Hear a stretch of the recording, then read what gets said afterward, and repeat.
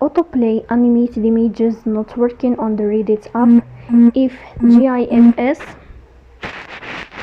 GIFs or animated images don't play automatically, autoplay is disabled or animations fail to load. In this video I will show you how to fix autoplay animated images on Reddit app. So the first thing you have to do is to go to Reddit. You click on Reddit app. Then here in this page of Reddit you will move to above or to this sign here of profile. Then you will click on above, as you see.